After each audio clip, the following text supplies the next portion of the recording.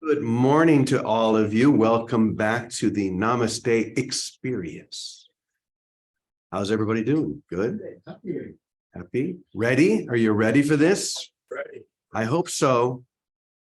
I hope you know that you are ready. I know it. That's how I know that I'm ready, because I know that you're ready. That's the key. I remember many years ago when I was first with the emissaries of light in the mountains of Bosnia, everything that I learned from them broke down to that one thing, those three words. They said, just say, I am ready. So say that with me. I am ready. I'll say a few of the words that build into that, and each one, with each phrase, I want you to say that again. Just repeat, I am ready. So we are here now to step into the light. I am ready. We are present to each other in holiness and grace. I am ready. There's nothing that is going to stop or block us from stepping into reality. I am ready. One more time. I am ready. Beautiful. Let's begin with our morning affirmation. Here we go. Okay, there we go. My soul has but one goal: to awaken to the truth that is forever true. My heart has but one desire: to remember the passion of infinite bliss. My mind has but one focus: to embrace the reality that is forever real. I choose to awaken now to the infinite love that is my source. I give everything to this love, just as it has given everything to me. I am awake now. How is everyone today? How feels everyone today? Awake. And so it is. Ready. Awake Oops, and someone's got ready. me muted. Let me make sure everybody's muted here. Okay, there we go. All right.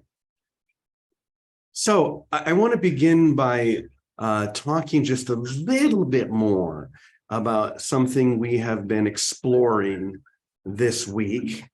It's been kind of fun because when we unwrap the egoic, insane wrapping, that's all it is a wrapping, like you wrap a present, you wrap something that you want, but you wrap it in some kind of a like a Christmas cellophane or some paper, and sometimes on that paper are crazy designs, crazy images, and yet what is underneath it all inside is a beautiful present. It's the presence itself, right? But wrapped in this crazy, unusual design, images.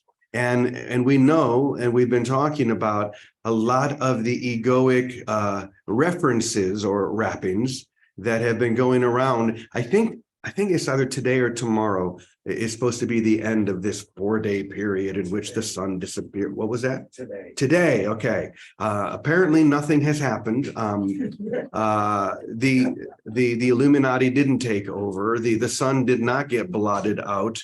The banking systems in the whole world did not collapse. And the one that I like the most, whatever this new device is that is supposed to measure your spiritual enlightenment, and if you have a certain level, you're given $1 million each. Apparently that didn't happen either. I'm sorry, because I'm sure all of you would have gotten that $1 million, and we could have built more casitas, right? Of course, that's anyway. We've been talking about the insane way that the ego keeps putting it out there. Whatever it is, it puts it outside and it says, be very, very afraid. Some stuff is going to be going down in the next 4 days, and you should actually, no, I'm going to switch that, because the ego is the ego being that part of our split mind that is afraid of the simplicity of salvation, afraid of reality itself. It's trickier than making it so obvious.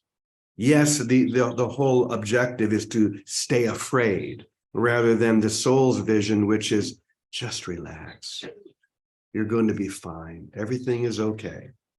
But the ego is tricky enough to do a little flip. We're going to call this the ego flip. And instead of making it so obvious that you're afraid of literally everything, what it does is it presents a certain idea that you and your special friends, your special group have figured out. So I'm not afraid because I'm the one who's right. But you should be very afraid. Yeah. Do you see that? Do you see that flip? Now it's the fear has been masked. So it's not something that I need to be afraid of. I've been listening to the right people. I have all the information. I'm right. Remember what we talked about on Monday? The real conspiracy is the conspiracy of rightness. I'm right about this. And because I and my special group am right about this, I don't have to be afraid. But you do. This is the ego flip. It's something to pay attention to because it's the way that the slick ego is able to mask its insanity, the wrapping, the fearful images that it wraps around this present, the present of the presence. And so it keeps us from realizing that there's nothing to be afraid of because the whole teaching is that the world that you think you see is not the real world, but anything that causes you fear or flips you in the direction we're talking about now, anything that does that is trying to keep you here in the world that is not real. Does that make sense? I'm not sure if I'm explaining that right or not, but you get the egoic flip part. This is how it maintains its illusion of I'm the one who's sane, I'm the one who's right, and you should be very afraid because you don't know. Instead of the joy and the freedom that comes from the soul's expression of everything is going to be fine. That all comes from the understanding that I don't know. I don't know. I don't need to know. Only thing that I do know is that I love you. Reminds me of that beautiful song. I don't know much, but I know I love you. That may be all I need to know. Y'all know that song? You don't know that song? Aaron Neville and Linda Ronstadt. Yeah. Great song. That's a different one. Yeah. I don't know much, but I know I love you. And then the very end of the song is, and that may be all there is to know. That may be all there is to know. I love you. Or you'll also probably remember, we talked about this months ago. The only three things that you need to end any argument, because everyone wants to share their opinion, everyone wants to flip that ego and be right. And this started with my younger brother who likes to be right. And the problem is he's smarter than me, so he can usually hook me. And of course, because he's my little brother, he loves to argue with me. And then one day I just looked at him and I said three things. Anybody remember what they are? I don't know. Maybe I love you. And he would say, I hate when you say that. How can I keep this argument going when you say that? Like, yeah, that's the point. You can't, because I don't know. I don't know. I may think that I've gathered sufficient evidence to support a particular idea, but I don't know. And there's such freedom in that. The flip of that is that it's the exact opposite when you think you know. When I know something, I'm constrained within the limitations of what I think I know, right? But when I relax and say, I don't know, maybe you're right. All I know is that I love you. It all ends right there. So try it. The next time someone wants to get into an argument or prove a point, just say that to them. I don't know, maybe. I love you, man.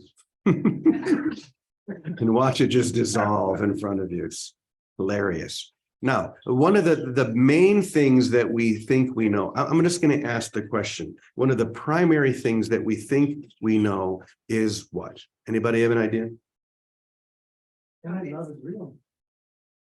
You think you know that, but I mean, we do know that that only love is real. God is love, and therefore so am I. But do we really, really know that? Because the instant we truly know that.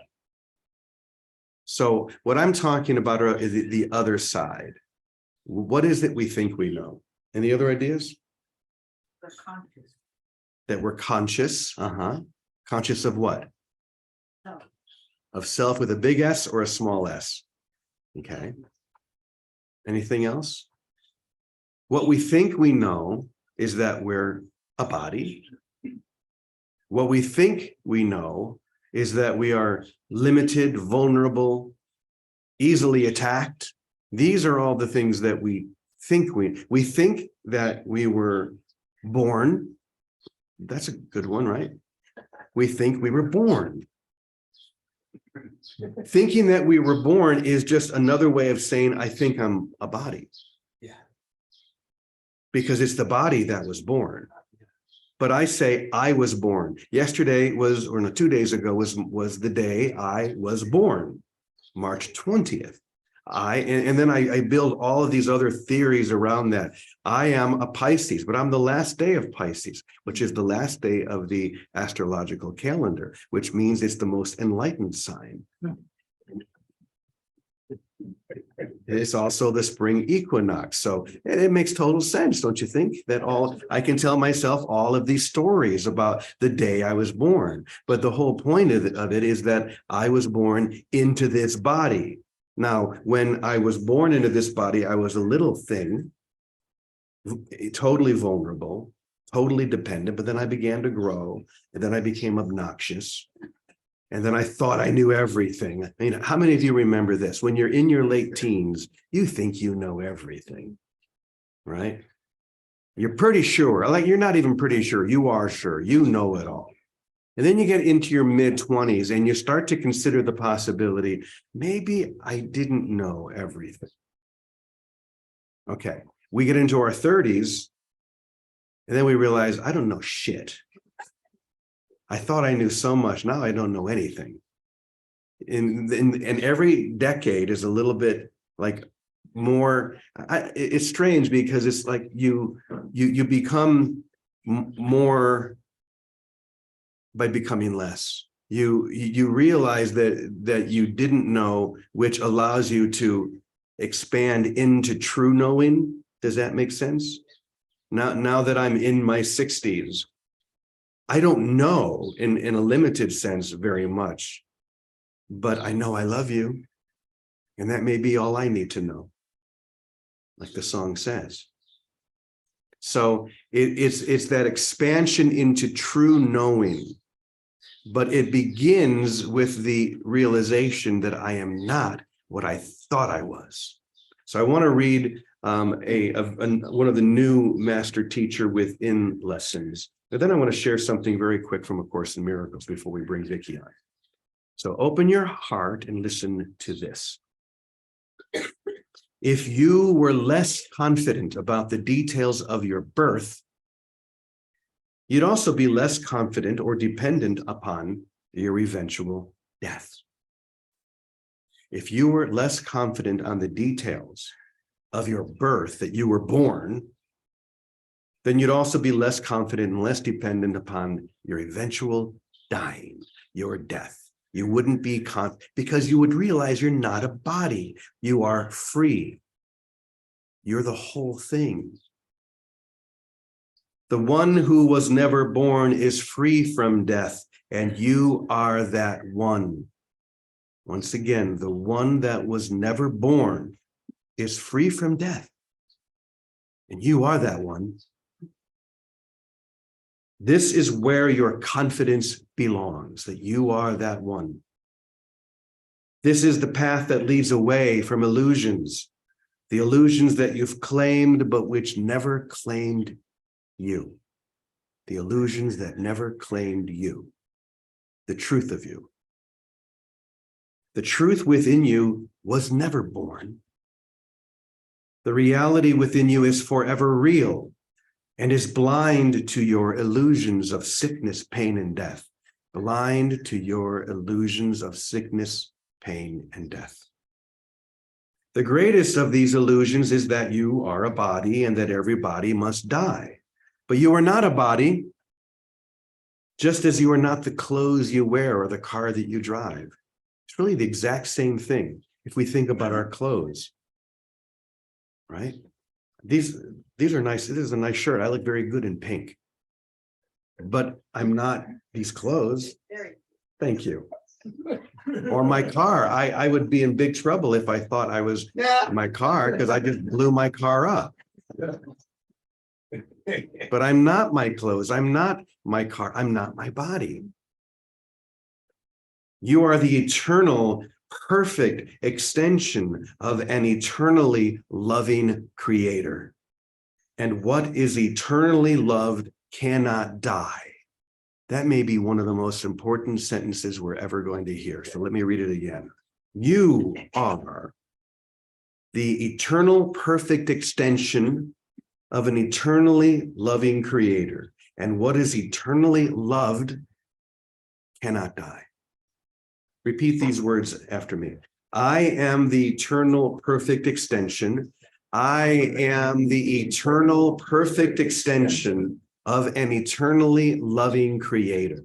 Of an eternally loving creator. Let's do it again. I am the eternal, perfect extension. I am the eternal, perfect extension of an eternally loving creator. Of an eternally loving creator. Just let that sink in. Absorb that like a sponge. That's who you really are. That's the truth. You don't need to do an ego flip to get that. You need to hold still. The ego is always flipping to avoid holding still within that. So give up every concept that seems to contradict this fact, and you will burst into an experience of such bright light that the world you thought you lived in disappears completely. You will burst into an experience of high light vibration, high light frequency. Isn't that why we're here? Do you feel that explosion beginning within you? I hope so. Because that's what's happening. That's the transformation. That's the Namaste experience. That high light burst of energy, of love, of passion. Now, right before the session, I was in the other room and I grabbed the copy of A Course in Miracles that was on the shelf. And as I love to do, I just opened up. And this is what I came to. This is chapter 30 of the text. Appearances deceive. Appearances deceive, but can be changed. Reality is changeless. That's why we always say the truth of who you are is beyond change. The truth of who you are is forever perfect. The truth of who you are is eternal. Reality is changeless. It does not deceive at all. And if you fail to see beyond appearances, you are deceived. If you fail to see beyond appearances, you have been deceived because the truth isn't in the appearance. For everything you see will change, and yet you thought it real before, and now you think it real again. Reality is thus reduced to form because that's what you've chosen to see, form. And you think it real. You think the body real. Reality is thus reduced to form and capable of change. But remember, reality is changeless. Well, that's the next line. Reality is changeless. It is this that makes it real.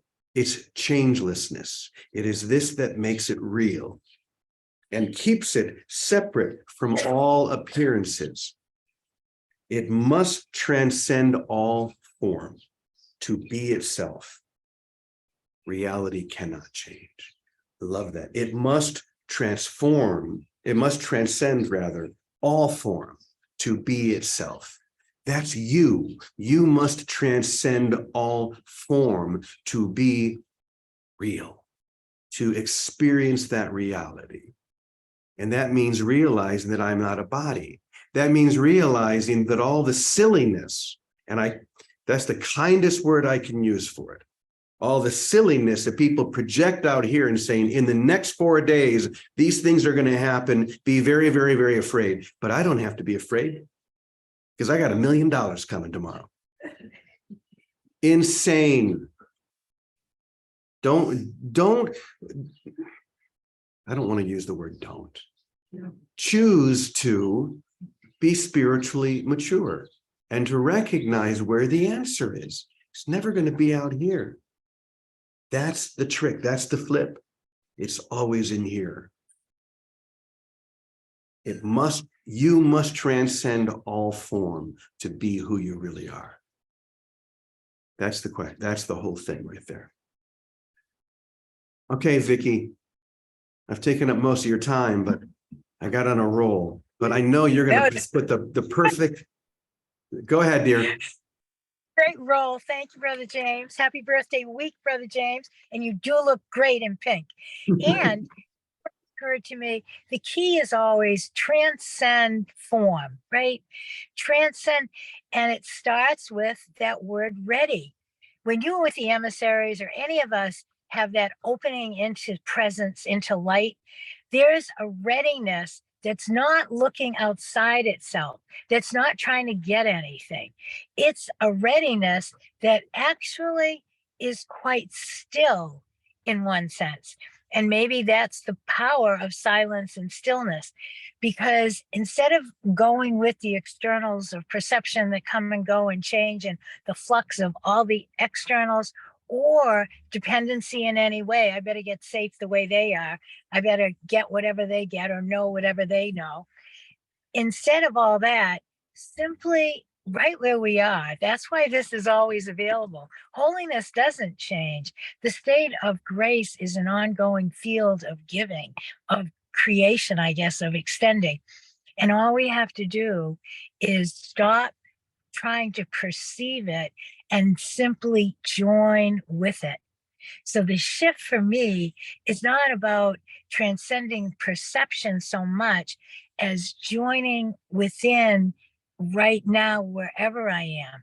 And of course, when we join in the morning, that's my favorite place actually, because it kicks off the day to presence and joining rather than changing perception and flitting from one thing to another. And the secret in that is welcoming everything as it is, listening with everything, with our ears, with our inner ear, with our being.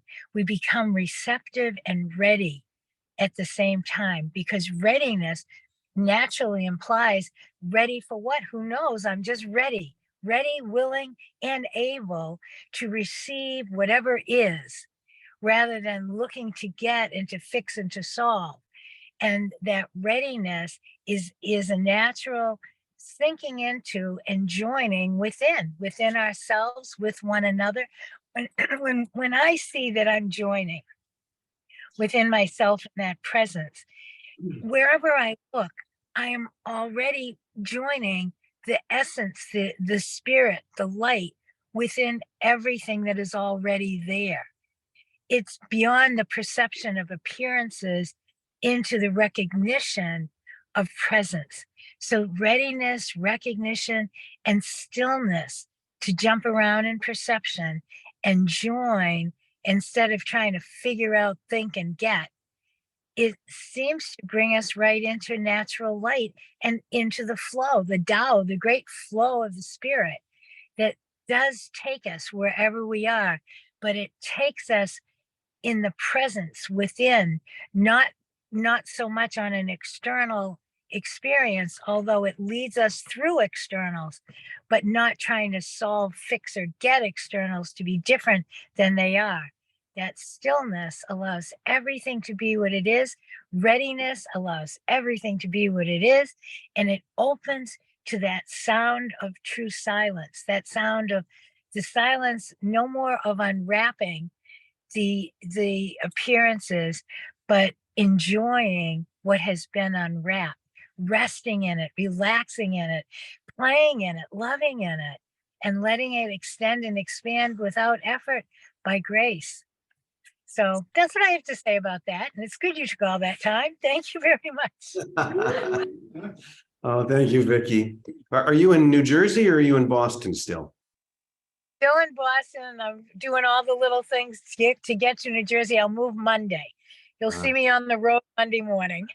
Okay. Thank you. We'll be with you.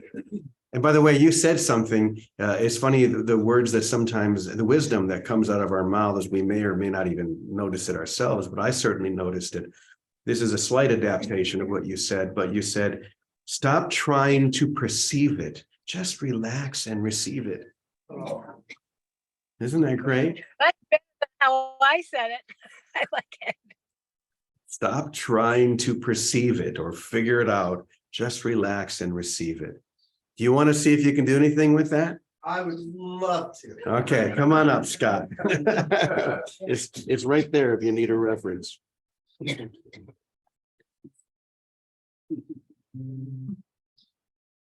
It's just this may be a little inconvenient, but I was visited by Sam Cooke while I was listening to the two of you.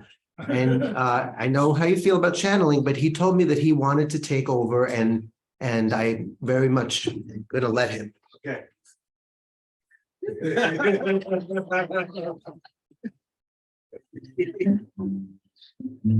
Oh, it's good to be back in a body. You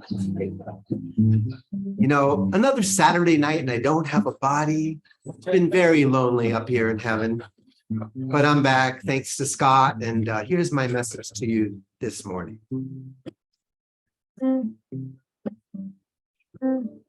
Don't know much about awakening. Don't know much about spiritual things. Don't know much about Kundalini. I felt it rising once in my peenie. But I do know that I love you. And I know that if I could love me too, what a wonderful world this could be. Don't know nothing about meditation, but my mind sure does need a vacation. Don't know much about yogic breathing, but on Betty's roof, I could be receiving. But I do know that I don't know. And if I melt into the undertow, what a wonderful ocean it is. I don't claim to be enlightened, but I'm trying to be. I think that maybe by being enlightened, baby, I could live life karma free. That's it.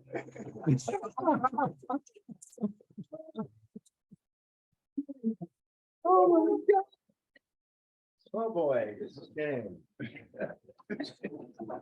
Now we know what rhymes with Kundalini.